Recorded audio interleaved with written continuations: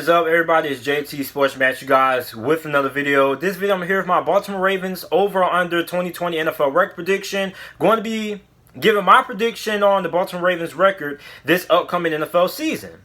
Now, for the Baltimore Ravens, this is a team that really didn't lose any significant players besides losing Marshall Yonder, one of the best offensive guards in the NFL over the last decade, to retirement. Other than losing him, you can make the argument that this Baltimore Ravens team is even better compared to where they were last season. And that's crazy, right? It's crazy to think that the Baltimore Ravens are even a better team going into this year than what they were last season. Because last season, they had a really good team.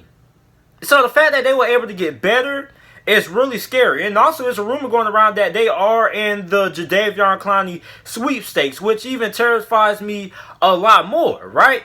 So you look at the Baltimore Ravens roster, we already know they have the reigning NFL MVP from last season, Lamar Jackson. You got probably one of the best halfback groups in all of football. You got Mark Ingram, you got Gus Edwards, you drafted J.K. Dobbinson in this past year's NFL draft. You also got Justice Hill as well, who can become a change of pace halfback there, right? So the halfback core is absolutely loaded. It's ridiculous, right?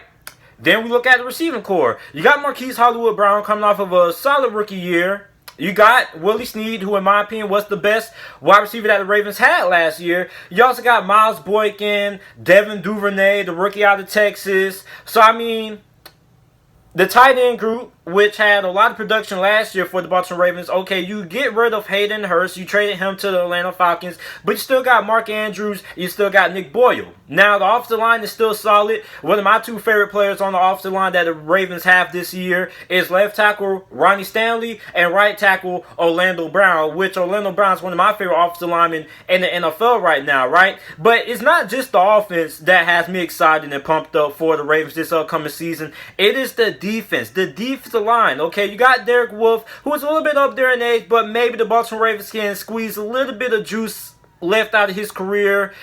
Then you also get Justin Matabuki, the rookie. You got Brandon Williams. You got Dalen Mack. You also got the edge rushers, Calais Campbell, who you basically took away from the Jacksonville Jaguars for absolutely nothing, who is still able to have like 8.5 sacks and maybe 9, even though he is up there in age as well. You got Pernell McPhee, you got Jalen Ferguson, who I believe Jalen Ferguson could end up having a breakout season for the Ravens this year. You also got Matthew Judon, who had 9.5 sacks last year, Patrick Queen and Malik Harrison, who are two rookie linebackers that they drafted in this past year's NFL draft. And we already know how good their secondary is with Marlon Mack, Marcus Peters, who was an All-Pro last year, and also got Earl Thomas, Charles Clark back there at the safety position. So this is a Ravens team that, in my opinion, despite the fact that their only big loss was losing Marshall Yonder, this Ravens team most definitely got better. So Vegas has the Ravens at 11.5 wins.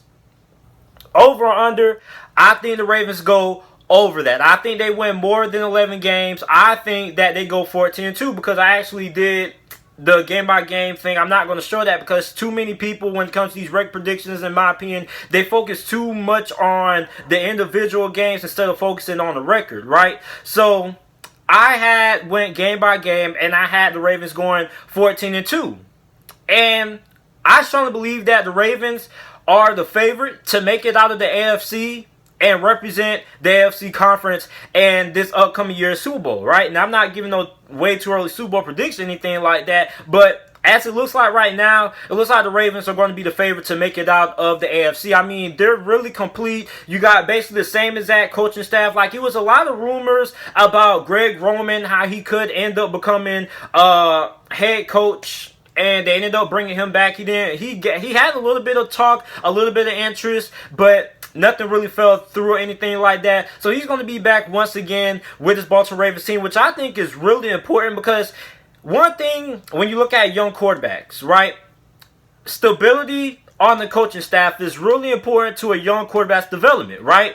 So you look at Lamar Jackson, he once again has Greg Roman come back as OC, which is going to help him in the long run. Because you guys have been a long-term fan of the channel, you guys would have saw that last year I made a video about why Lamar Jackson would be a Pro Bowler under Greg Roman. It had like 7,000 views, I believe, and that ended up happening, right? So I believe that going into year 2 under Greg Roman, we can see Lamar Jackson being better than what he was last year, which is absolutely insane. Because you're like, really, JT, do you think Lamar Jackson can be better than what he was last year? Because, I mean, last year was like just, he really hit his peak, really. And I think the sky's the limit, because when you look at Lamar Jackson last year, he was a great runner, but he also really good at throwing the football. He led the NFL in touchdown passing. Now, a lot of people want to take that away from him and things like that when they talk about, oh, most of his touchdowns came inside the red zone and things like that.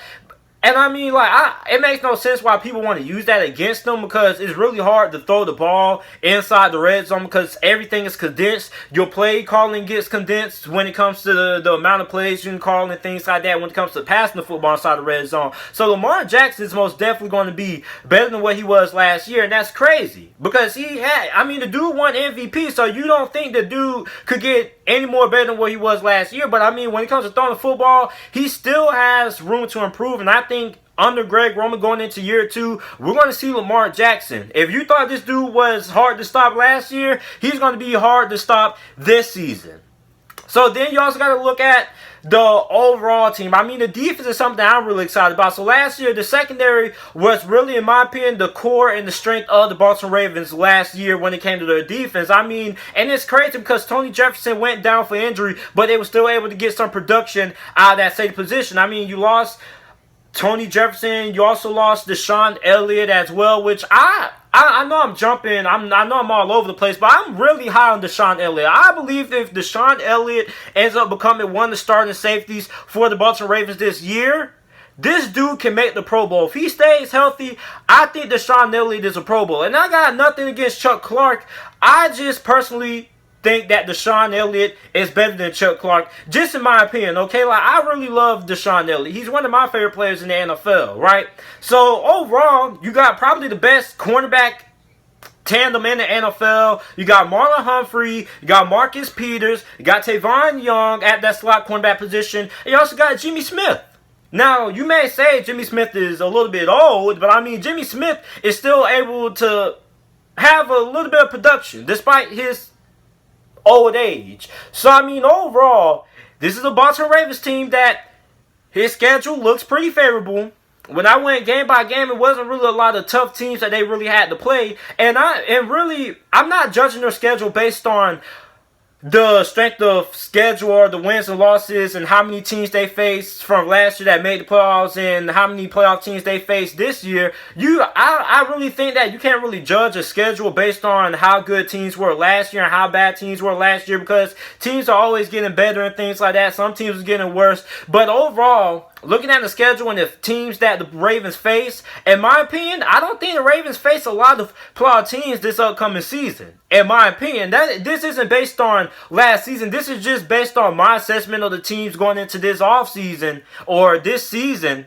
And a lot of teams they face are pretty favorable. And I think the toughest part for the Baltimore Ravens schedule really is making it out of the AFC North. Because the AFC North is probably the second toughest division in all of football this year, behind the AFC West, which is a juggernaut. Okay, but the AFC North is up there. The AFC North, a lot of people forget, at one point was the best division in football. At one point, it was the Pittsburgh Steelers and the Baltimore Ravens and the Cincinnati Bengals. All three of those teams making it to the playoffs for a good stretch, okay? And I think the AFC North is right back at that level of talent, okay? Because when you look at the Ravens, you basically cakewalked through the AFC North last year. You had to face a Pittsburgh Steelers team without Ben Roethlisberger, without Juju Smith-Schuster, without James Conner for most of the season. Steelers were banged up last year. You faced a Cleveland Browns team that had a lot of high expectations, but being realistic, the offensive line and the coaching just wasn't there. So you got Cleveland Browns that really made some giant strides this offseason. They improved the offensive line, and the defense should be good as well, with Myles Garrett coming back from his indefinite suspension last year after he knocked out Mason Rudolph. And you also got the Cincinnati Bengals. Now, a lot of people are going to be like, yeah, the Cincinnati Bengals. I mean, the Cincinnati Bengals, they may not be a threat, but they are a threat that they can push the Baltimore Ravens. The Bengals are a threat enough that you just can't look at the Bengals if you're a Ravens fan and be like, oh, that's an automatic W, right? Because the Bengals could pull off the upset, right? But I don't really think the Bengals are going to have that big of an impact on the division. But overall, I think the toughest part of the Ravens schedule is basically the AFC North. Can they make it out of the AFC North? Because the AFC North is really competitive this year. The Browns could be a playoff team. The Steelers could be a playoff team. So, the Ravens, I think the hardest part of the schedule It's a division. But overall, I think the Baltimore Ravens end up going 14-2. I think they end up going over 11.5 wins. And I think they are the early favorite to win the Super Bowl this year, in my opinion. So let me know what you guys think about the Baltimore Ravens this upcoming season. Do you guys think they will go over or under 11.5 wins? Make sure you like the video and subscribe to the channel for more NFL videos and content. And thanks for watching.